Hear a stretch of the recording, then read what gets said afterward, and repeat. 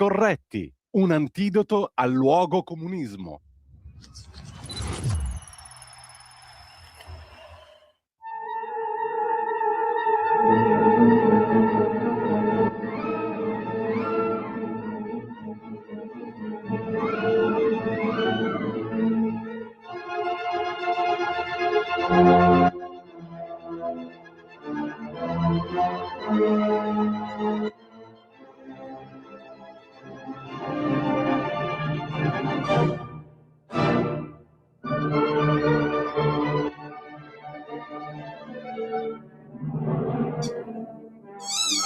Buongiorno a tutte le ascoltatrici, buongiorno a tutti gli ascoltatori, ben trovati a un'altra puntata degli Scorretti, ovvero una conversazione con Carlo Cambi che vedo collegato con noi. Buongiorno Carlo, buona giornata. Buongiorno. Come stai? Ma non c'è male. Tu che non puoi più l'ha... fare a meno della rassegna stampa ormai, sei un tutt'uno con la rassegna. Meno di me. Detto questo, Cardinale, buongiorno, che il Signore sia con lei e col suo spirito. Speriamo. Speriamo. Come sta, Io sto benone stamattina, sono un po' raffreddato da un po' di tempo a questa parte, ma che non ho ben capito il perché fa un caldo terribile. È il paese che è un po' raffreddato. Poi ci spieghi perché, però intanto questa mattina devo dire... Lo 0,4% non mi pare che la temperatura sia maggiormente alta. No, stamattina però ho anche avuto un'esperienza veramente straniante, perché entro nel cancello di via Bellerio a Milano, che è la sede della Lega ed è la sede storica della radio, e sento un salmodiare del muezzin infinito costante. Sì, una roba proprio di quel genere lì. Proprio di quel genere lì ho detto: ma dove sono finito? Ed ho desunto, diciamo così, che nel prato o da qualche parte vicino al giardino qua dietro via Bellerio, dietro la sede della Lega, c'è una qualche riunione islamica, senza dubbio, perché il salmodiare era quello lì. Però insomma è stata un'accoglienza straniante. Una roba straniante perché non c'è nessuno. Tu immaginati un parcheggio deserto e questa voce del muezzin che salmodia inconfondibilmente dei canti ad Allah. Bellissimo, cioè bellissimo, terrificante, diciamo, no bellissimo. Il problema è che te ti devi dislocare diversamente. No, devo fare a meno di frequentare certi posti, diciamo. No, ti devi dislocare diversamente perché lui predica Allah. Se te stai a qua, non lo senti. No, io sto stato a qua, però lo sentivo lo stesso perché era confinante. Comunque, lasciamo perdere le stupidaggini, che tanto stupidaggini non sono, poi alla fine... No, da là a qua, è andata così. Senti, c'è Frida che c'ha un giochino e lo sta mordicchiando. Sì, c'ha la palla rumorosa che le piace tanto ed è ottima per la diretta, tra l'altro. Cade a proposito. Senti Carlo... La palla di Frida, le palle nostre. Cosa ti sei gustato? Ho visto che ti sei dedicato a un'analisi approfondita del voto amministrativo e quindi mi piacerebbe allora chiederti, fate tutte le somme, che cosa ha detto questa tornata di voto amministrativo. Però poi ti chiedo anche più in generale cosa ti ha appassionato, stimolato, interessato e cosa hai gustato oggi nella rassegna stampa. Cosa ti porti dietro da stamattina? Dirti con Totò che guardando a Venezia non è la Sunna che fa il totale. Perché con i bangladini non gli è andata benissimo al PD. Devo dire che si è esaurita sicuramente la spinta referendaria, ma soltanto dei parvenu della politica potevano pensare che quel voto referendario che loro hanno caricato di significati che con il referendum non c'entrava nulla, tipo lo scippo, la Costituzione, queste robe qua, si traducesse poi in una mobilitazione di popolo dal punto di vista elettorale.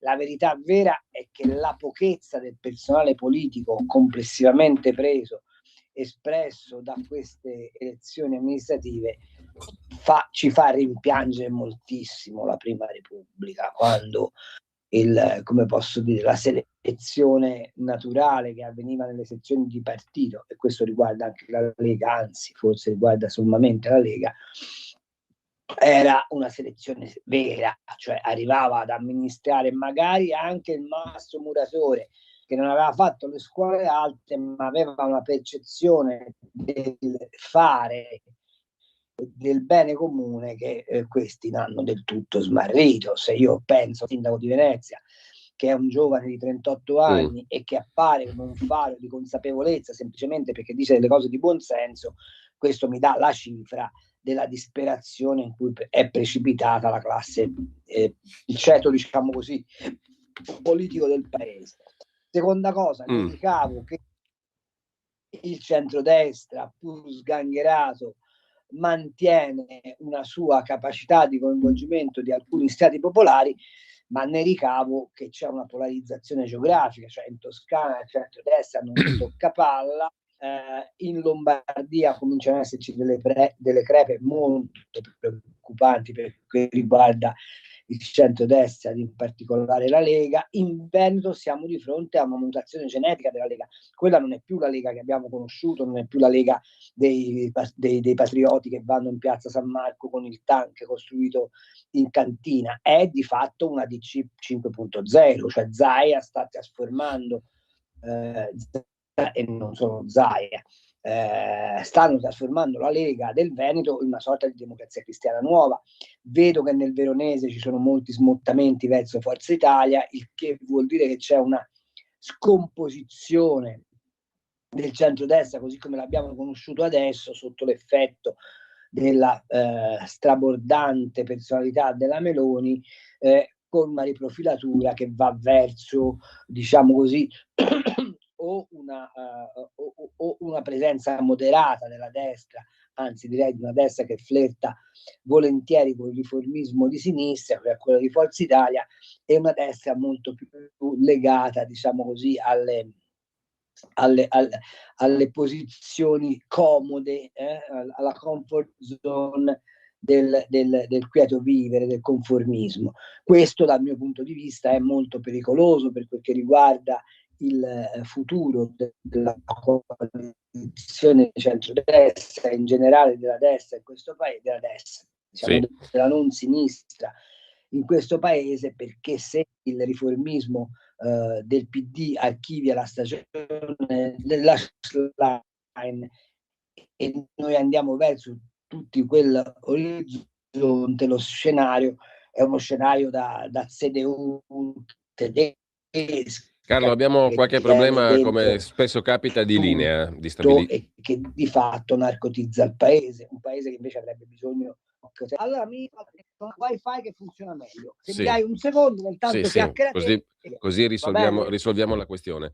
Assolutamente. Intanto ne approfitto per dare un refresh alla prima pagina, alla home page dell'ANSA, che si apre in questo momento con una notizia che viene confermata da Israele. Il ministro della difesa Israel Katz ha annunciato con un post su X che il nuovo capo militare di Hamas, Mohammed Odeh, è stato ucciso nell'attacco lanciato ieri sera dall'esercito israeliano a Gaza. Il comandante numero 4 dell'ala militare dell'organizzazione terroristica Hamas a Gaza è stato eliminato ieri ed è stato mandato a raggiungere i suoi complici nelle profondità dell'inferno. A nome del primo ministro e mio, congratulazioni alle forze di difesa israeliane, allo Shin Bet, per la brillante operazione, ha scritto il ministro della difesa israeliano nel suo post. Ci siamo impegnati a eliminare tutti coloro che hanno guidato il massacro del 7 ottobre e così faremo. Tutti sono destinati alla morte ovunque si trovino. Ci siamo impegnati affinché Hamas non governi civilmente e militarmente Gaza e così sarà. Anche il piano di emigrazione volontaria da Gaza sarà attuato, tutto nei tempi e nei modi appropriati, ha aggiunto il ministro della difesa israeliano. Fonti di Hamas nella striscia di Gaza hanno confermato la morte del capo militare di Hamas, Mohammed Odeh, in un raid aereo che ha colpito un appartamento nel centro di Gaza City. Così. Volevo sapere, le condoglianze alla vedova del nostro ministro degli esteri italiani sono già arrivate? Non saprei, questo non ce lo racconta l'ANSA, no? Però poi mi spieghi anche il perché di questa piega qui, che ha preso una parte di questo centrodestra. In una conferenza e dice il mio cognome ha origine araba perché un filosofo El Taci era filosofo dei marocchini. Sì, capito. Ma cosa ti proponi di raggiungere? Cioè voglio dire, dai, su. Dove va arrivare secondo te uno che ragiona così? Bisogna chiederlo a Marina Berlusconi. Intanto stavamo parlando del voto, Carlo, e mi veniva da chiederti se hai tratto qualche indicazione circa le prospettive di futuro nazionale, cioè del Vannacci.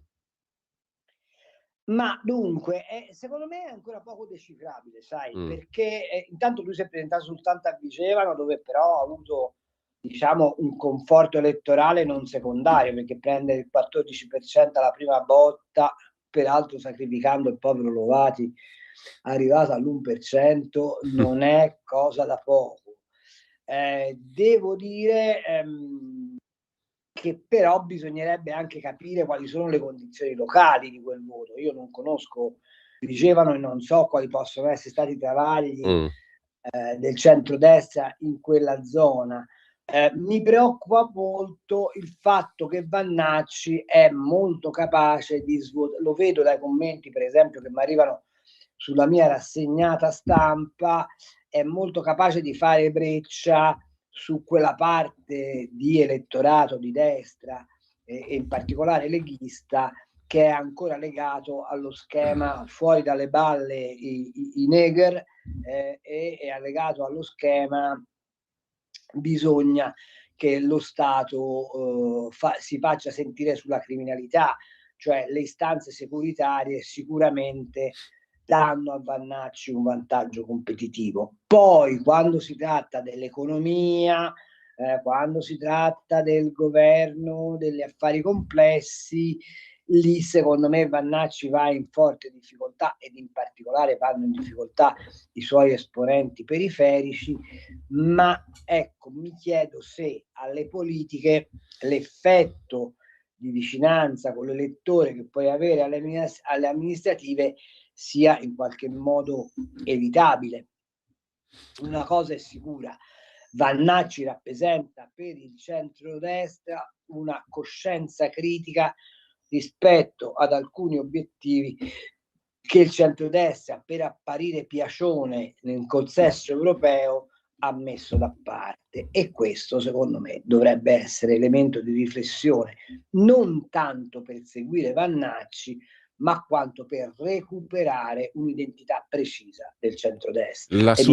La succitata da te, Marina Berlusconi, avrebbe detto che io col Vannacci manco per idea. Io, cioè Forza Italia, sostanzialmente. Ma credo neanche Vannacci con lei. Mi sa anche. Stavo pensando però più in generale che tu dicevi prima viene da rimpiangere la Prima Repubblica, anche come scuola di formazione politica, no? E pensavo però un'altra cosa, non so se sei d'accordo, che tutto sommato le elezioni amministrative sono le elezioni nelle quali ancora conta qualcosa il candidato, la vicinanza col territorio. Ma No? è evidente che ha sbagliato il candidato. Ecco. No, dico, conta ancora qualcosa quello. Però per paradosso mi veniva in mente, ha fatto 2 sindacature, se non erro, il sindaco Brugnaro, no? A Venezia, come tanti altri sindaci. Però anche i sindaci che riescono a fare 10 anni di governo, che traccia lasciano? Che poteri hanno i sindaci? Che strumenti hanno veramente? Perché è un paradosso. Allora, sono ancora le istituzioni più vicine al cittadino, tutto sommato, in collegamento con i territori e con la molteplicità dei diversi territori di cui si compone l'Italia, perché l'Italia è variegata. Quindi sono quelli più capaci di cogliere questa varietà dei territori, sono quelli più vicini al cittadino, ma poteri di incidere veramente ne hanno abbastanza pochi. Non gliene abbiamo dati in tutti questi anni di ciance federaliste, parafederaliste, ipofederaliste. Ma il tema rimane sempre quello. Cioè, se tu fai un'articolazione dello Stato che mette completamente delle fratture, no? Delle competenze, tu poi alla fine finisci per avere delle duplicazioni ma che non servono a nulla. Ti faccio un caso.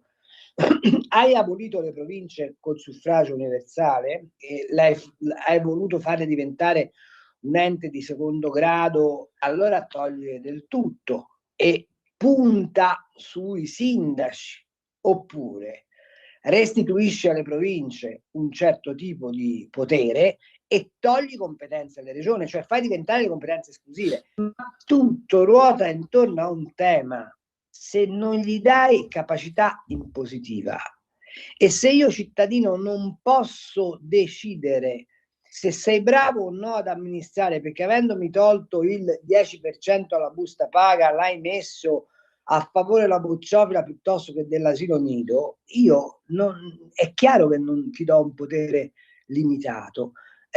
Perché l'autonomia in questo paese non ha funzionato? E secondo me è una battaglia difficilissima, perché la prima autonomia che devi avere è l'autonomia impositiva, ma questo significa che il corpaccione dello Stato fa un deciso passo indietro e che alcune competenze non vengono duplicate, ma rimangono esclusive di quell'ente, di quel livello di amministrazione. Ti faccio un caso. Che senso ha, per esempio, che in ambito, diciamo così, di programmazione territoriale la competenza sia della regione, della provincia, del comune, con poi sopra le leggi cornice dello Stato? Quando io insegnavo teoria e politica del turismo ai miei studenti, facevo sempre questo caso. Dicevo: voi domani mattina vi alzate e decidete che volete aprire un albergo, no?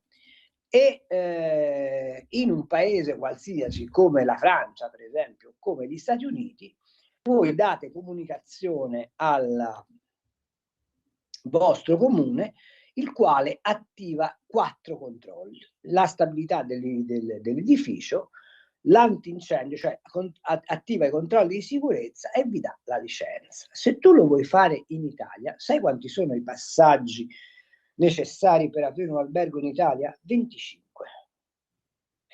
Allora, se c'è questa complessità e questi diversi livelli di responsabilità, come fa un sindaco a lasciare traccia di sé?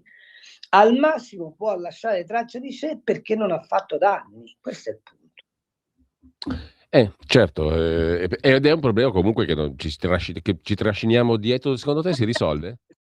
In particolare ci trasciniamo da quella sgangherata risposta che la sinistra tentò di dare all'emergere della Lega con la famosa riforma costituzionale del titolo quinto, quando poi loro dicono che non hanno fatto le riforme della Costituzione a colpi di maggioranza, che è stata una vera disgrazia. Era molto meglio lasciare le cose come stavano, con un centralismo statale più accentuato, perché almeno si capivano i livelli decisionali. Oggi è un casino assoluto. C'era il partito dei sindaci negli anni 90, no? Negli anni che furono. Anche quello è andato a finire in nulla sostanzialmente. È andato a finire in nulla. Quello poteva essere un'idea, ma anche lì dovevi avere un'aggregazione di aree amministrative più ampie.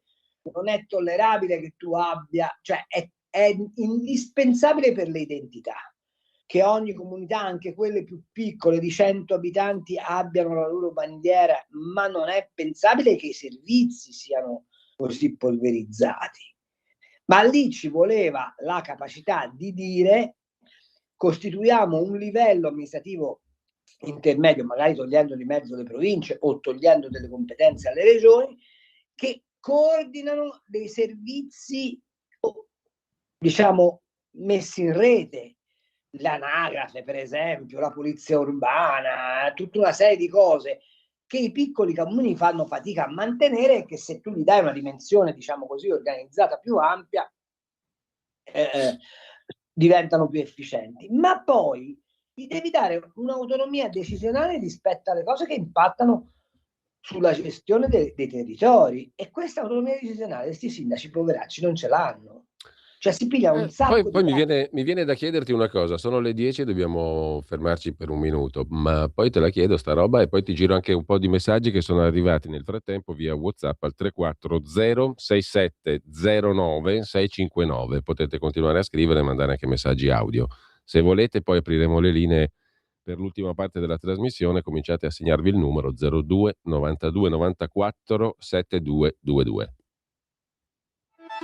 Stai ascoltando Radio Libertà, la tua voce libera, senza filtri né censure, la tua radio.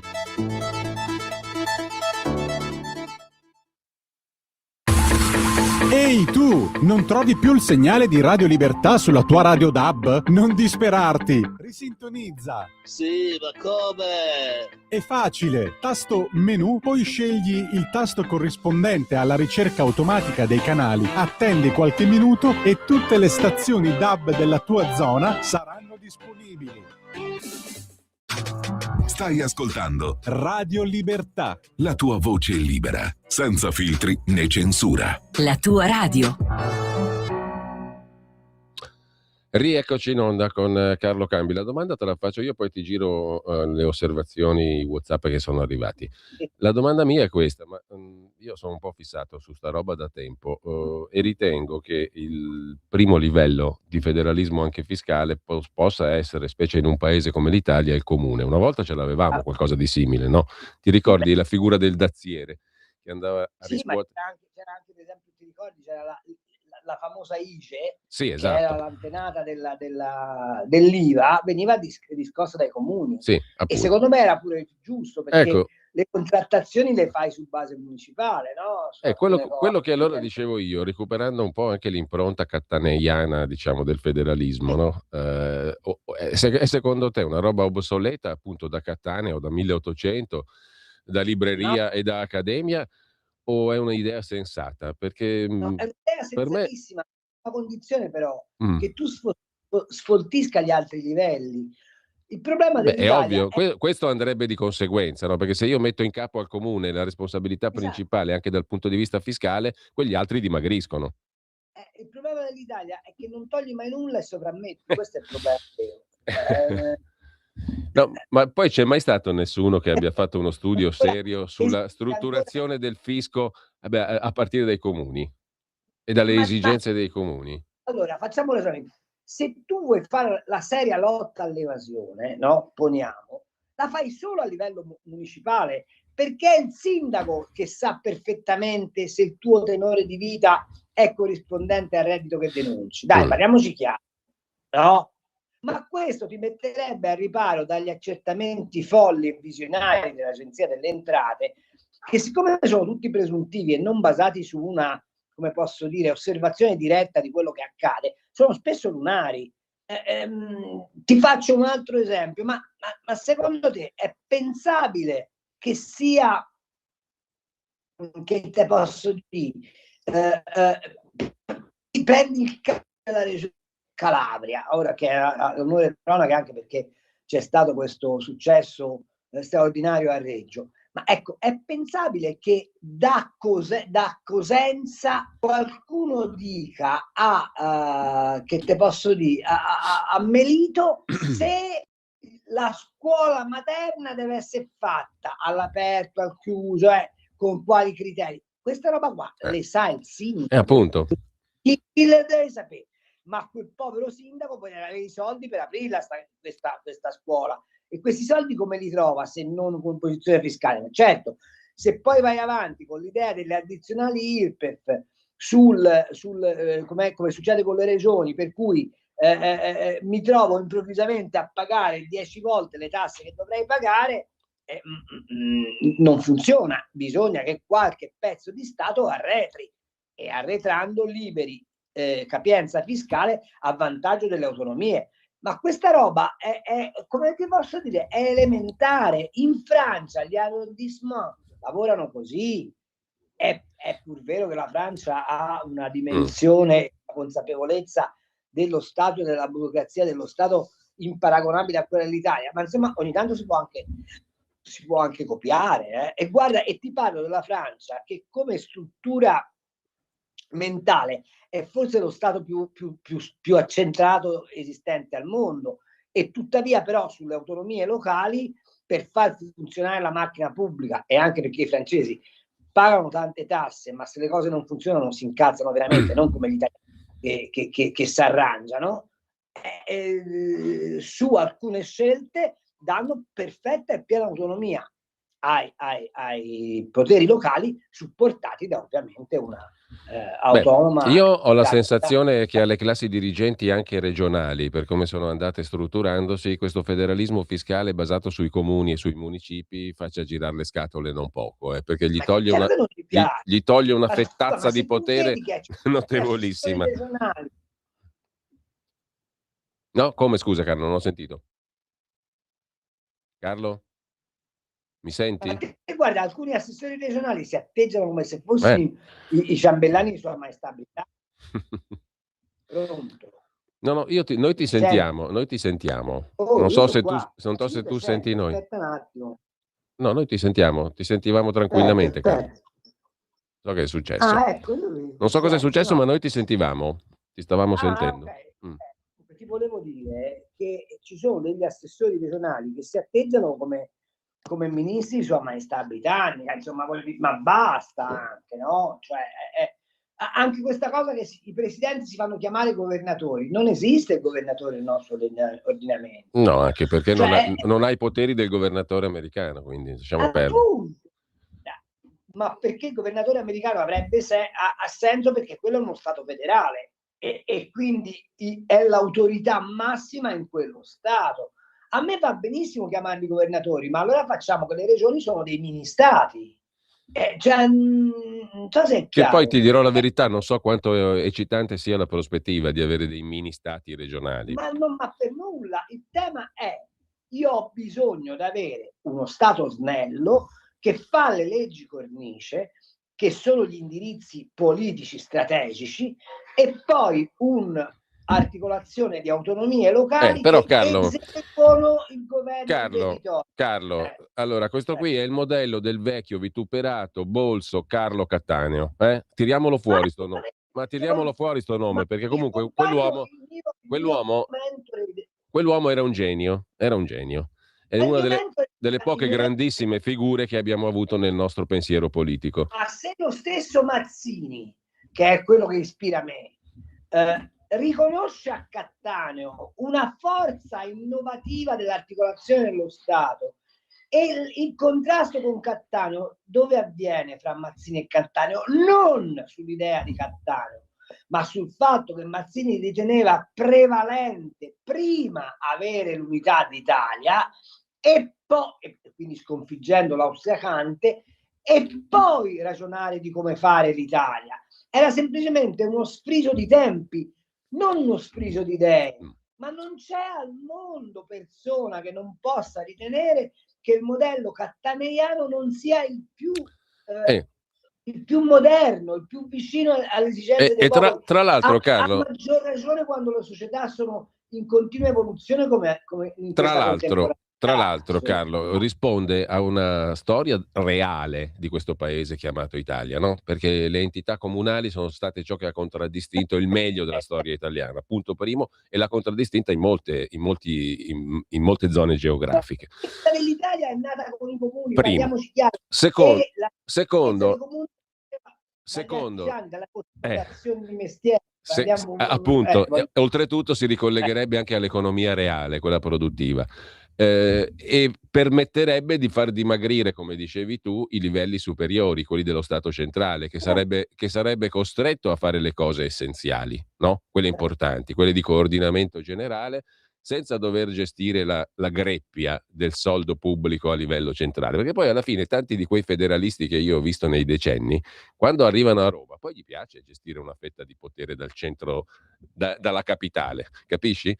E perdono di vista questa idea del federalismo, che secondo me, non so come la vedi tu, ormai è passata di moda. Io non la vedo più attuale. No, se ne parla più, ma era inevitabile, perché se il governo è espresso da Fratelli d'Italia e non ha dentro la coalizione una spinta uguale e contraria, Fratelli d'Italia nasce come un partito, insomma, la tradizione di Fratelli d'Italia è la tradizione del partito dello Stato accentratore, dello Stato rigido, non è l'idea dello Stato flessibile, parliamoci chiaro. Tant'è vero che il personale politico periferico di Fratelli d'Italia lascia molto a Però, desiderare. Carlo, bisogna anche dire che nel pur lungo dibattito teorico, del tutto accademico, sul federalismo dopo la comparsa della Lega, seconda metà degli anni '80, le varie ipotesi che sono venute fuori non hanno mai considerato il federalismo municipale alla Cattaneo, comunale, o no?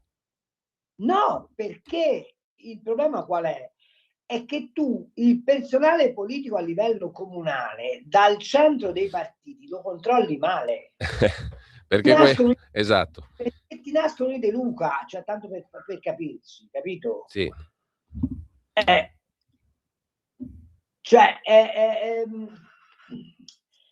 Ci sono stati dei sindaci mitici in Italia, di destra, democristiani, repubblicani, ma mitici perché la gente si riconosceva in quei personaggi che appartenevano alle comunità.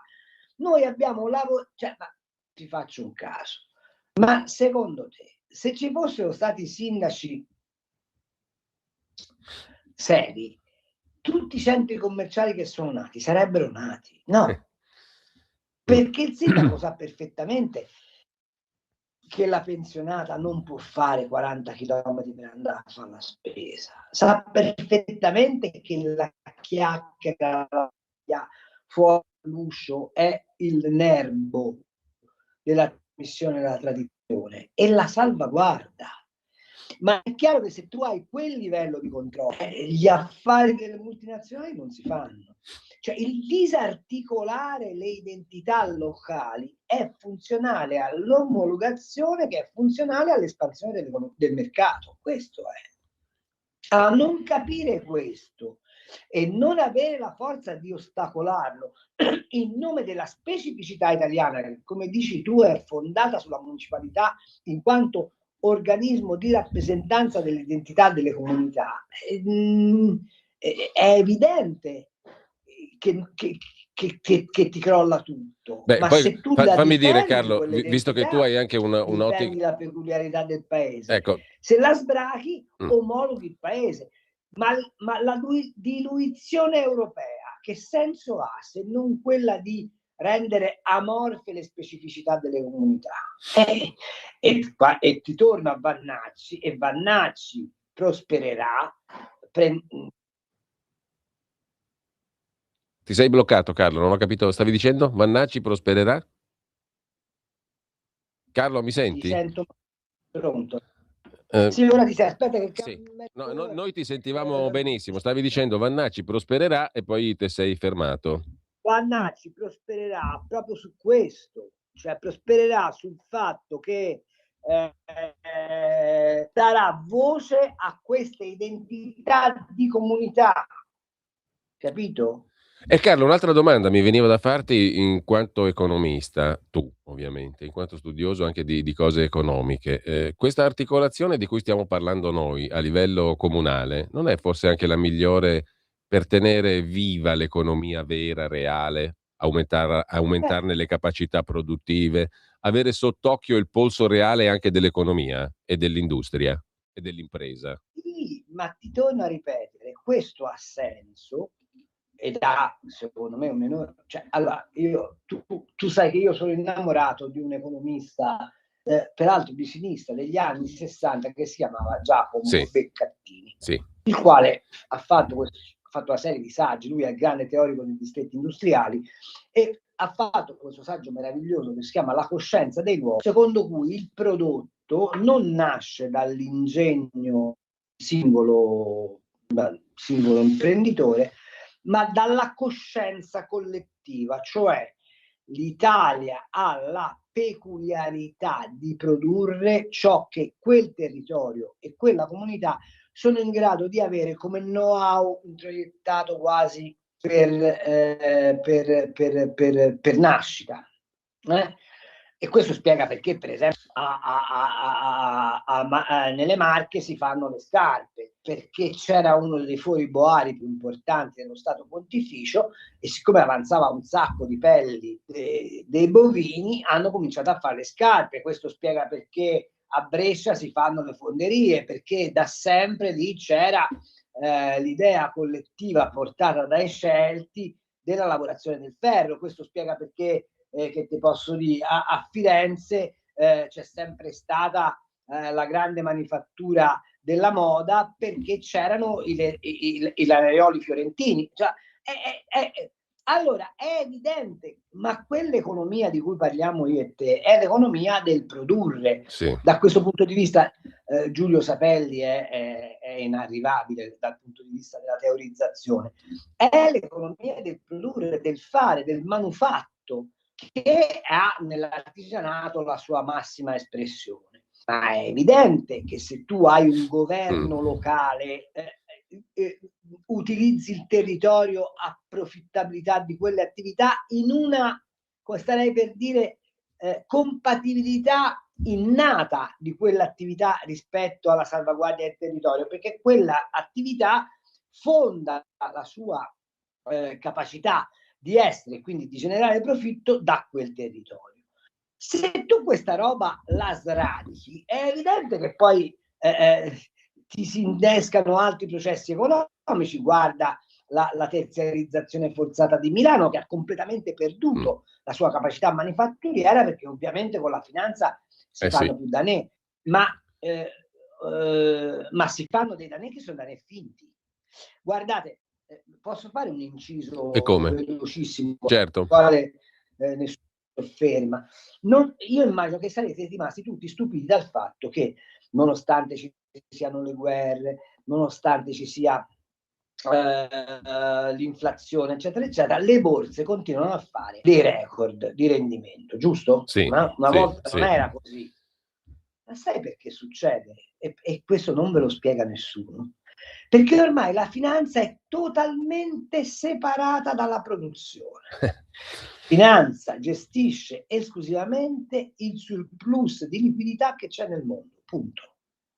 Allora, se tu pensi a uno come me, che ha passato una vita ad occuparsi della finanza ancillare rispetto alla produzione, io vengo dalla tradizione del mercante di Prato, di Francesco Datini, di Bernardino da Siena, di Beccattini, cioè di coloro i quali hanno sempre pensato che i soldi si fanno aumentando il valore aggiunto della produttività, mi viene male, perché scopro improvvisamente che finanza e produzione sono ormai completamente separate.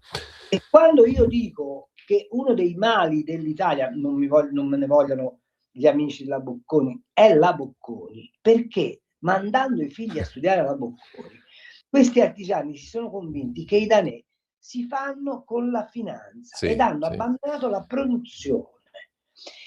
Il che però significa non solo abbandonare la produzione, ma abbandonare i territori ai loro destini. Questo è il grande gap dell'Italia e la grande sfiga dell'Italia. Poi ha voglia la Meloni di strillare contro l'Europa. Sei stato chiarissimo. Noi per fortuna di queste cose parliamo con il professor Pezzani venerdì, no? Perché lui è un bocconiano, però del tutto slegato dai dogmi bocconiani, che la pensa esattamente come stavi illustrando tu. E però a me viene da pensare un'altra cosa. Tu hai citato alcuni nomi che sono tutti in fama di eterodossi, di minoritari, di strambi, di bizzarri, no? Giacomo Beccattini piuttosto che il professor Sapelli. Tutta gente che il palazzo espelle, perché quando ci fu la possibilità che Sapelli accedesse alle stanze di governo ci fu un cataclisma. Sapelli mai e poi mai, no? Allora, Beccattini lo conoscono in 15 in Italia, no? E nessuno, credo, dei politici che contano conosce Beccattini e i suoi libri.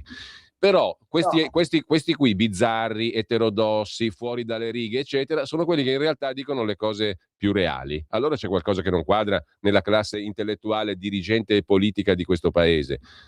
Ma perché è molto più semplice. Perché questi qui non sono bizzarri, eterodossi, strani, sono quelli che vedono le cose più banali, reali, concrete. Andrebbero valorizzati i loro insegnamenti, andrebbero ripresi e fatti diventare azione politica. E invece no, perché tu in quel modo vai incontro al paese vero, se no continui a cianciare e infatti il risultato, permettimi Carlo, qual è? È che abbiamo sprecato in ciance almeno 30-40 anni se prendiamo come spartiacque il 92, prima, seconda Repubblica. Però poi ritrovi gli amici come Fabrizio del Sabbio Chiese che si incazzano. Cioè, non è che la coperta è sempre quella, Ma c'è un altro tema. Perché Giulio Sapelli non viene mandato a fare il ministro? Perché sarebbe come il bambino della favola dei fratelli Grimm, il vestito nuovo dell'imperatore, direbbe il re nudo. Ma è molto semplice andare all'assemblea di Confindustria a dire l'Europa ci ammazza e pigli l'applauso, e però poi dopo hai detto sì al patto di stabilità, hai detto sì al Mercosur, hai detto sì ai limiti sull'export, non ti batti per l'etichetta d'origine, poi dici l'Europa però fa male. Cioè, fammi capire. Carlo, poi ti passo il tuo amico Fitto che cosa ci sta a fare con la Commissione europea?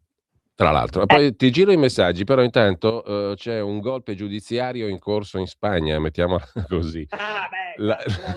L'agenzia ANSA sta aprendo adesso con la notizia delle perquisizioni effettuate dalla Guardia Civil spagnola all'alba nella sede centrale del Partito Socialista Spagnolo, il PSOE, il Partito Socialista e Obrero e Spagnolo, in via Ferraz a Madrid, secondo quanto anticipato da alcuni media. L'operazione è disposta dal Tribunale dell'Audiencia Nacional per cercare informazioni nell'ambito dell'inchiesta coperta da segreta istruttoria e diversa dal caso Plus Ultra relativo al salvataggio finanziario della compagnia aerea su cui indaga la stessa Corte. Insomma, un golpe giudiziario, una mani pulite in corso. Ora vediamo se la Schlein dice che bisogna prendere esempio da Sanchez. O forse lo dice anche per quello, non lo so. Non lo so. Intanto ti giro alcuni messaggi che sono arrivati al 340 6709 659. Tra poco apriremo le linee 02 92 94 7222. Walter chiede: Carlo, ci illumini sul flop Lega a Macerata? Non so se sia stato un flop Lega a Macerata. No, ma... non c'è, anzi, la Lega ha preso un sacco di voti a Macerata. Appunto, quindi... il flop è il candidato che è sbagliato. Non mi pare tanto flop, ma il controbilancio con Antonia che si firma lettrice della verità, sempre la stessa tiritera, colpevole la Lega se le cose non vanno per il verso giusto, forse Cambi ama Forza Italia. Deduco che abbia... Veramente non mi pare aver detto questo. No, neanche a me, che mi pare che tu amassi Forza Italia. Poi c'è una cosa divertente che scrive invece Carlo, la storia del cognome arabo di Tajani è una solenne minchiata. Vi riporto un tweet di un istituto persiano. Egregio ministro Antonio Tajani, la volevo informare sull'origine reale del suo cognome. Secondo fonti etimologiche accreditate, Tajani deriva da nomi di località come Tajano in provincia di Teramo, Abruzzo, o da forme aferetiche troncate di nomi personali come Ottaviano. Il suo è considerato un cognome di origine campana italiana al 99,9%. Spero che non la rattristi essere italiano. Cordiali saluti. Questo a proposito del cognome arabo. Giro d'Italia, scrive un altro ascoltatore, Milano grande figuraccia, neutralizzazione della gara, le buche e l'asfalto deteriorato non hanno permesso neanche di prendere le borracce dalla bici per bere. Al processo del Giro erano incazzati per la figuraccia barbina. Che dire della città delle piste ciclabili? Eppure la politica si veste sempre a festa, compreso il sindaco, salito sul palco con quella faccia un po' così. Devo dire che mi è girato dietro casa il Giro in Viale Umbria e ho detto: ragazzi, che Dio ce la mandi buona, perché Viale Umbria è una roba terrificante da percorrere già in macchina, figurati in bicicletta e a quelle velocità lì, che è stata tra l'altro una delle tappe più veloci della storia, 50 e passa all'ora. Un rischio che è andata benone, eh? Zeus ha guardato giù veramente, Carlo. Allora, il sistema... ma voi siete abituati a stare in sala, non per strada. Certo, il sistema fiscale attuale è fallimentare, lo dimostrano i dati e i fatti, scrive un altro ascoltatore. Diciamola tutta, scrive ancora Ferdinando, invece da Verona, la Lega quando tuonava contro l'Europa aveva raggiunto quasi il 40%, ha fatto di tutto per ridimensionarsi, stessa sorte per il federalismo. Quando è stato ai massimi consensi e poteva dire la sua, ha fatto di tutto per perderli, scrive Ferdinando. Ultimo messaggio arrivato, Vannacci prospera perché il governo non ha mantenuto le promesse, soprattutto controllo dei prezzi e clandestini. Dopodiché... Il governo ci può fare relativamente molto poco, ragazzi. Non cerchiamo di dire cose che poi non hanno riscontro nella realtà. La dinamica dei prezzi, l'unico modo che ha il governo per tenere bassi i prezzi è defiscalizzare alcune filiere, ma sui prezzi francamente in un'economia di mercato i governi ci fanno molto poco. Carlo, saltabecco a un altro argomento e poi però torno a chiederti se c'è qualcosa che oggi ti ha stimolato tra le cose che hai enucleato nella rassegnata stampa. L'argomento invece è attentato a Modena, jihadista a Reggio Emilia, altro tizio quindicenne là che hanno preso prima. Quanta gente così c'è secondo te in Italia oggi, a occhio? Trattasi di stima. Io spero che i servizi e le forze dell'ordine abbiano la situazione sotto controllo, magari anche un pochino più di quanto non abbia fatto intendere il ministro dell'Interno, che a proposito dell'attentatore di Modena aveva sparato subito come se fosse un Alfano qualunque, no? Quando arrestarono Bossetti, abbiamo preso l'assassino, aveva sparato subito il ministro Piantedosi che era un malato mentale, che poi non si è rivelato tale, si è rivelato un'altra cosa. Per cui spero che chi è sotto Piantedosi abbia un controllo della situazione un pochino più vero, efficace. Ma sai, io devo dire la verità, sono rimasto abbastanza stupito dalla posizione che ha assunto Piantedosi su questa roba. Io non ho capito se è una ragione di tipo elettorale che lo ha spinto a pigliare quella posizione, perché in realtà i fatti dimostrano esattamente il contrario di quello che è stato detto. Questo viene fatto passare lì di quella zona, ma quello cioè, anche lì, come si fa a dire che ha un disagio psichico? È evidente che chiunque si mette alla guida per ammazzare la gente con la macchina, tutto normale non è, ma il tema è capire qual è la motivazione. E mi pare abbastanza evidente che la motivazione di questo signore fosse una motivazione anticristiana, antioccidentale. Poi sarà stato arrabbiato perché non c'aveva lavoro, però negare che esista un nesso tra la sua militanza islamica e ciò che ha fatto è una barzelletta. Senti, quanti ce n'è di questi qua, secondo te?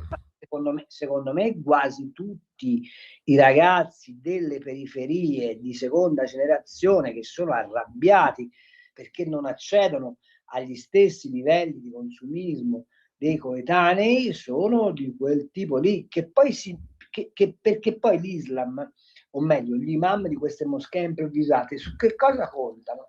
Non sul fatto che questi sono dei fedeli che vogliono la vendetta contro l'infedele, no, contano sul fatto che danno al loro disagio un'interpretazione che è quella religiosa e gli armano le mani. Quindi questi sono un po', scusami il paragone, come la manovalanza della criminalità organizzata che sfrutta il disagio della condizione economica per l'arruolamento. È esattamente quello che fanno questi. Quindi il tema rimane mettere sotto controllo i centri di cultura islamica, pretendere che questi predichino in italiano, fare un rigido controllo sugli accessi, fare un rigido controllo sui movimenti, eccetera, eccetera, e fare quello che La Verità ha scritto oggi, ma che scriviamo da una vita.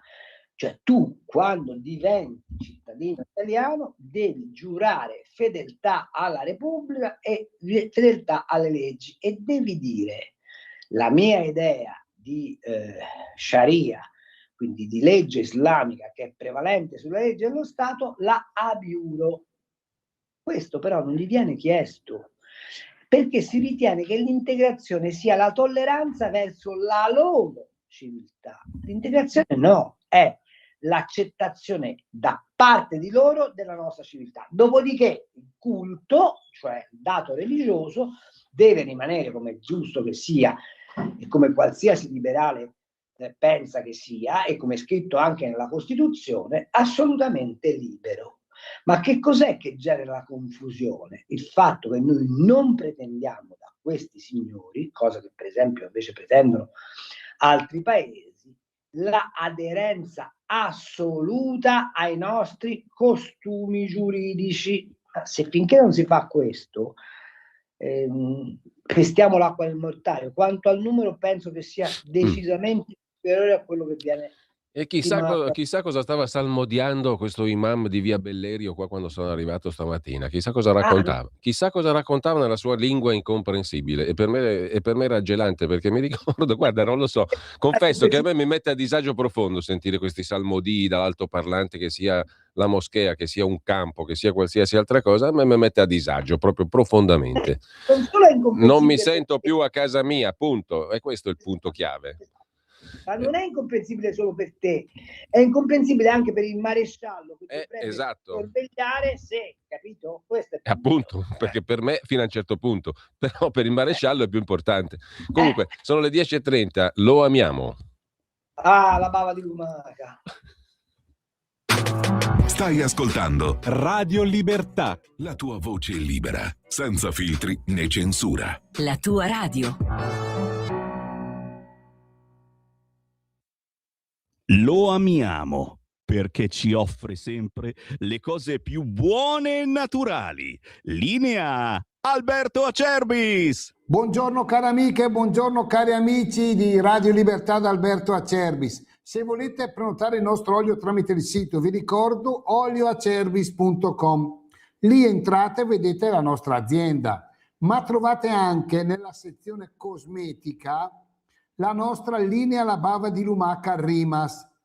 Sono già tantissimi anni, più di 18 anni che le nostre amiche, in modo particolare in questo periodo, ordinano la nostra crema La Bava di Lumaca. Attenti alle parole, attenti, eudermica e certificata da BioCert Italia come crema biologica. A cosa serve la crema La Bava di Lumaca Rimas della Acerbis? Combatte le rughe, scottature, psoriasi, dermatiti, cuperosi, elasticità della pelle, idratazione, scottature, insomma una crema a 360 gradi.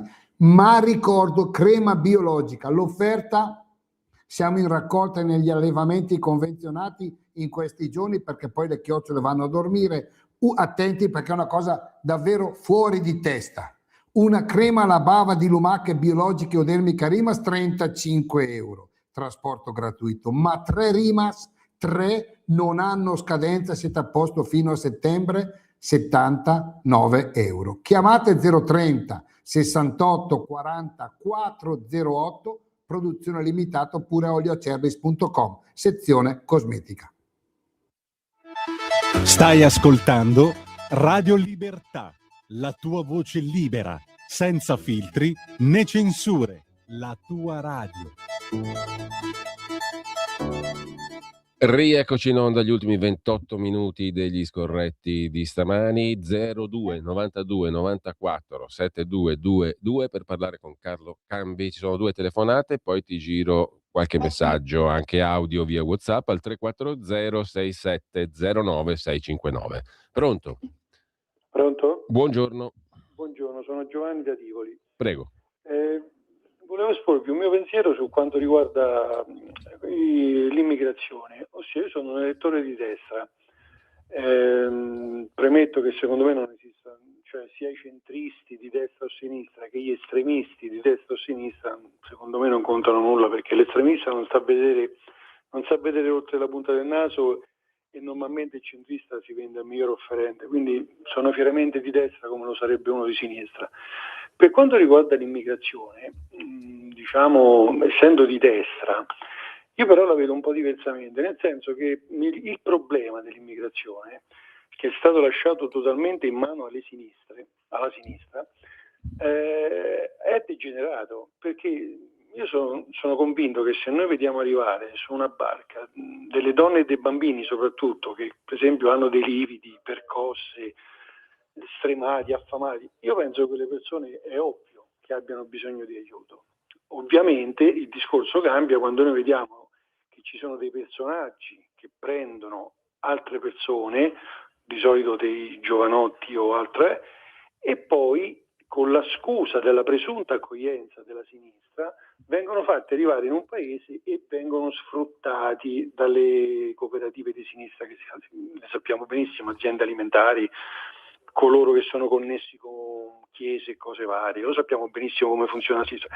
Quindi il concetto di destra di frapporsi a questo problema non deve essere un muro, deve invece vedere questa accoglienza di queste persone completamente all'opposto di come l'ha vista finora la sinistra, ossia noi possiamo benissimo accogliere le persone, chi ne ha veramente bisogno, e fare un discorso integrativo, culturale e di lavoro con queste persone.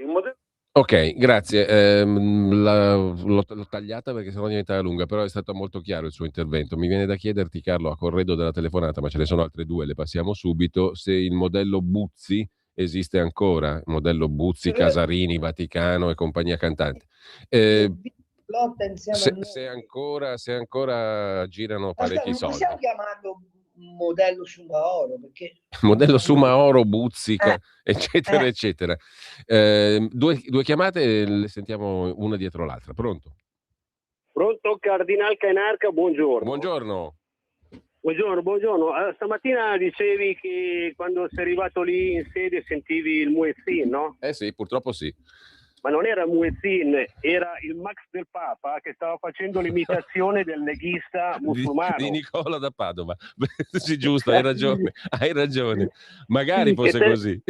Magari, ma mi sa che arriveremo anche a quei livelli lì, perché ormai qua mi sembra di capire che candidano anche, insomma, quella religione lì nella Lega. Vabbè, lasciamo perdere. Comunque è sempre correlato quello che voglio dire, perché l'anno prossimo per le elezioni, andando avanti di questo passo qua, specialmente sulla sicurezza, che era uno dei punti di forza del governo di centrodestra, stanno facendo di tutto per far sì che l'anno prossimo perdano, ecco. Mi sa così. E più anche il discorso economia, come ha spiegato bene Carlo Cambi, sempre nelle sue analisi molto lucide, quello che dice il Cambi è la cruda realtà. O si fa così o si fa così, se no prendi in giro le persone.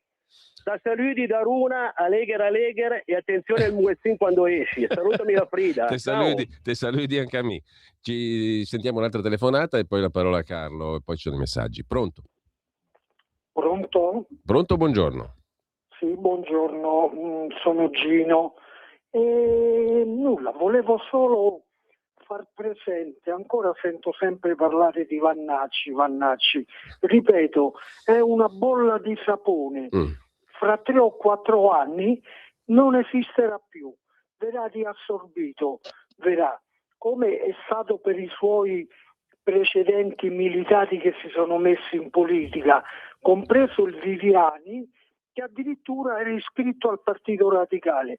Tutta una bolla di sapone, così sarà anche per Vannacci. Poi un'altra cosa che mi colpisce molto è il mainstream informativo televisivo soprattutto, che è tutto schierato contro la Lega. Io non sento mai un qualche cosa a favore della Lega. Io addirittura il martedì e il mercoledì la 4 non la vedo proprio non voglio neanche sentirla. Cioè c'è uno schieramento proprio a livello nazionale che non fa altro che parlare male della Lega. Ecco, tutto qui, grazie. Allora, Carlo, diciamo che forse a guardare certa televisione il disegno è quello di Volemos bene in tanti, no? Il modello è quello Oddio, sai, io della melassa, del quando melassone.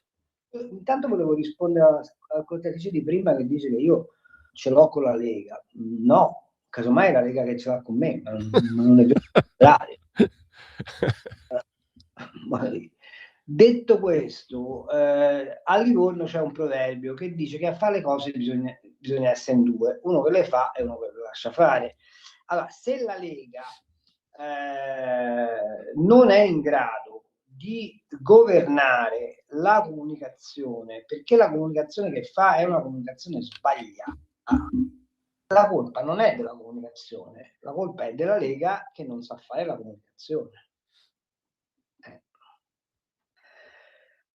È pur vero che c'è sicuramente come posso dirti, un pregiudizio a carico della Lega, e questo va sconfitto. Ma come si fa a sconfiggerlo? Si fa a sconfiggerlo avendo la capacità di interloquire con degli argomenti che siano inconfutabili. Faccio un esempio molto, molto chiaro. Quali sono i dirigenti DRAI della Lega che si sono preoccupati di costruire una filiera di elaborazione di comunicazione favorevole non alla Lega, ma ai temi che la Lega porta avanti. Nessuno.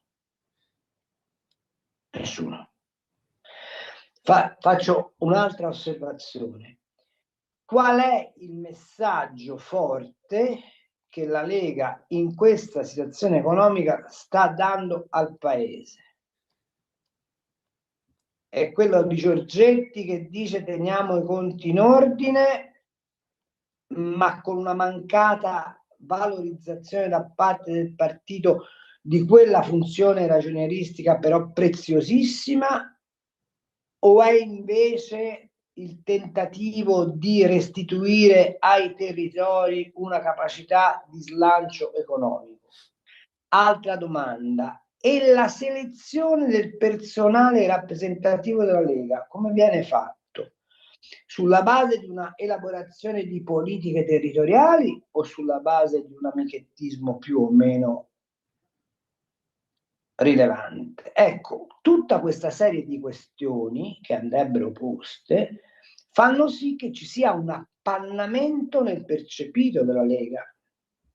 Non basta Salvini da solo, che pure ha una fortissima capacità di mobilitazione, a cementare nell'opinione pubblica un certo tipo di affezione su una piattaforma politica, che non può essere condotta solo esclusivamente per slogan. Tant'è vero che nelle elezioni locali, come si vede, che cosa conta poi? La capacità di proporre soluzioni al cittadino. Il che non vuol dire che la Lega non ce l'abbia. Secondo me la Lega non lo racconta a sufficiente o sufficientemente bene. Ma questo è un altro parimano. Però dire che io non voglio bene alla Lega, che sono contro la Lega e sto con Forza Italia mi pare una bestemmia assoluta. Quanto a Vannacci, sì, è vero, probabilmente è una bolla di sapone. Il problema è che in Italia si vota ogni 2x3 e nel tempo che la bolla di sapone si sgonfia fa tempo a destabilizzare il sistema. Quindi è meglio sgonfiarle prima. Intanto abbiamo una serie di messaggi, alcuni dei quali anche in forma audio, come questo che mandiamo in onda adesso. Buongiorno, si dice di Vannacci che è un traditore, ma io a quanto vedo credo che il tradimento sia l'azione politica principale di ogni politico, da Salvini alla Meloni a tutti. No? E questo porta inevitabilmente a cambiare partito, no? Sempre alla ricerca di qualcuno che ci dice le cose che noi pensiamo per poi tradirle. È abbastanza pesante come situazione. Un abbraccio a tutte e due. Buongiorno. Che dici, Carlo? Che c'ha una grande ragione questo nostro amico ascoltatore. Siamo troppo, i partiti sono troppo schiacciati sulla cattura del consenso momentaneo. Se tu vai alla cattura del consenso momentaneo, inevitabilmente ti esponi a queste defianze, non c'è niente da fare. Beh, noi prima abbiamo fatto la prima parte della trasmissione parlando di un progetto che sarebbe dovuto essere coltivato nel corso del tempo, no? E perseguito, e quella lì era un'idea interessante, un'idea feconda. Era giusta, sbagliata, ma comunque devi avere una proiezione programmatica, altrimenti sei esposto a quelli che vengono chiamati tradimenti e che invece sono semplicemente approfittare del momento. Allora, scrive un altro ascoltatore, sempre via WhatsApp, 340-6709-659, eppure il sindaco di Macerata si è opposto a un altro centro commerciale, un progetto nato con la giunta di centrosinistra, quindi non è del tutto inadeguato. Non diciamo stupidaggini, il sindaco di Macerata era contentissimo del nuovo centro commerciale ed era amico del proponente del nuovo centro commerciale, non diciamo stupidaggini. Mentre scrive Angelo da Venezia, elementare sarebbe anche permettere alle persone di poter detrarre qualsiasi spesa, questo in relazione alla questione fiscale. Dopodiché abbiamo un audiomessaggio, adesso iniziamo a sentirlo, ma dubito che arriveremo fino in fondo perché non si possono mandare messaggi di 2 minuti e mezzo, è un po' troppo, cercate di essere più sintetici, ma Cerchiamo di capire almeno l'argomento. Buongiorno, ascolto sempre molto volentieri Carlo Cambi. Ecco, mi spiace tanto che appunto che il governo non segua questi grandi diciamo suggeritori per l'economia dell'Italia. Spero che quelli della Lega lo facciano, anche se sono fuori dal coro. Ecco, perché la Meloni veramente è sbandata, basta. Cioè veramente ha messo dei ministri che i suoi veramente che sono, e poi dato che non ne ha mette quelli tecnici, quando noi abbiamo dei cavalli di razza della Lega che li tiene chiusi nella stalla, ma è possibile, ma è una cosa. E poi sull'Europa, ma sull'Europa lei diceva quando andremo noi a governare la pacchia, diremo all'Europa, la pacchia è finita, urlava, poi va a braccetto con la Ursula, poi vota tutto a favore, se non o si astiene proprio perché è vergognoso, oppure vota a favore perché lei c'ha il suo fitto di peso lì, ficcato lì, voluto da lei ovviamente. Ecco, è solo la Lega che è contro a tutte queste schifezze che promuove la promuove, si fa per dire lì la Ursula con tutta la sua banda, la sua gang. È solo la Lega con i patrioti, cioè lei che con i conservatori approvano Bene, grazie signora, sono stato costretto a tagliare l'ultima parte del discorso, ma la prima era già più che sufficiente, credo, per inquadrare quello che voleva dire. Abbiamo un altro audiomessaggio, poi ti lascio la parola, Carlo. Ne abbiamo anche due in realtà di audiomessaggi, li sentiamo.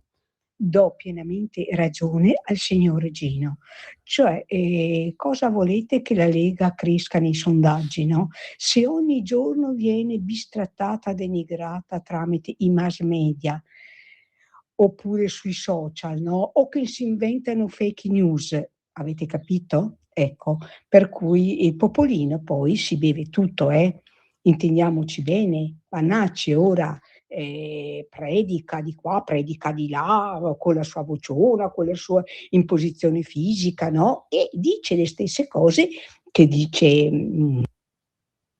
Beh, sì, sei troncato qui il messaggio, ma l'abbiamo capita. Però è anche vero, mi sembra, Carlo, che ci sono periodi nelle storie dei movimenti politici nei quali non solo ti denigrano, ma te vogliono eliminare, bastonare e distruggere e tu guadagni voti lo stesso. No? La stessa storia della Lega ha dimostrato questo nel corso della sua lunghissima vita. C'è un altro audiomessaggio, poi però ti lascio veramente la parola, Carlo. Sentiamo.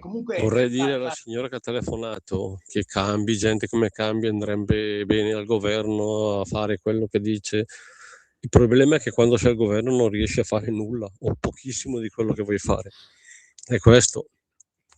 Allora, questo è un altro dei luoghi comuni, no? Dei pensieri diffusi. Una volta che tu vai al governo non puoi fare più niente, perché il deep state, perché i poteri forti, perché qua, perché là, perché su, perché giù. A me pare che il PD e la sinistra quando andava al governo ha fatto esattamente quello che doveva fare, non ultimo portarci disgraziatamente l'euro. Cioè, quindi è tutto relativo, diciamo. Un altro messaggio. Il problema è se ci sai stare al governo, questo è un altro paio di maniche.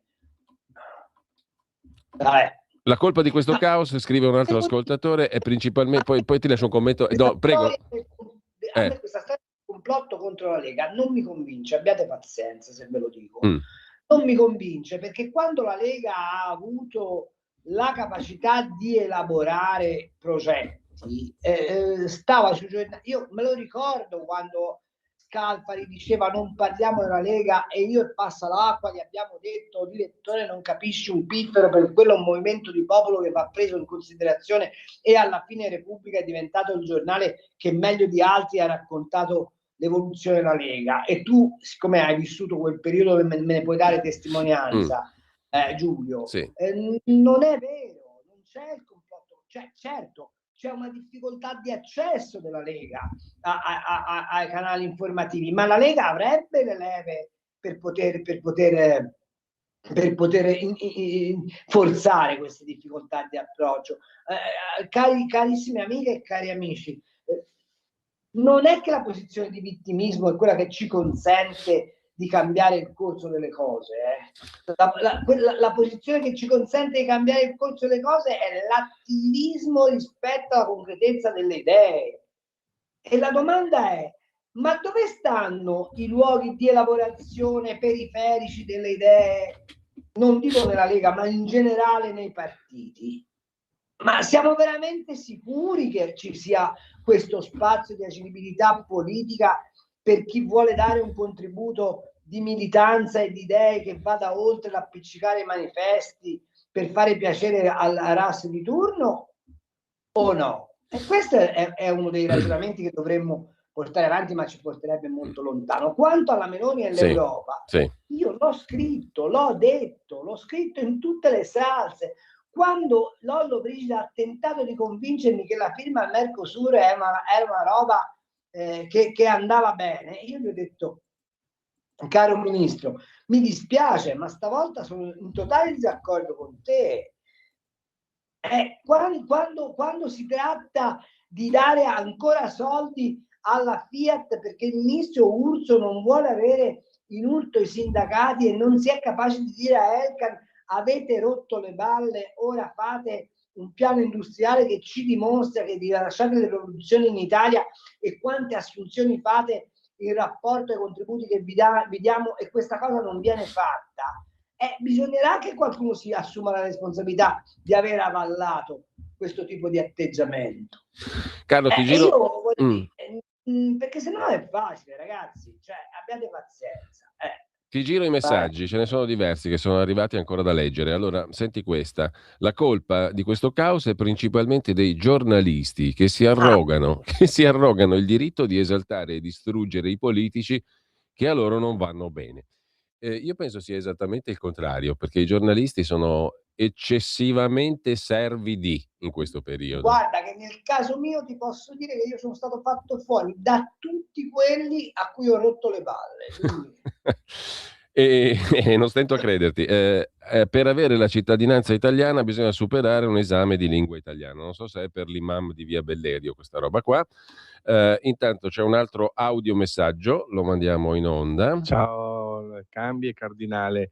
Sarò brevissimo. L'italiano medio purtroppo è troppo capra per capire il grande valore di quello che può essere una Lega legata alle tradizioni del territorio.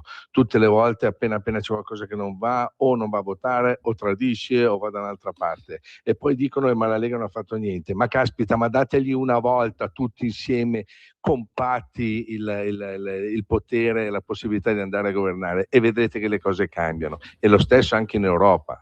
No, ma le europee, no, non andiamo a votare, ma caspita, diamo fiducia alla Lega ancora. E tutte le volte alla fine si fa il giro dell'orologio e poi la Lega aveva sempre ragione. Ciao. Allora, Vannacci, scrive un altro ascoltatore, Paolo, l'inutile grillo di destra, lo definisce così. Dopo abbiamo Graziella.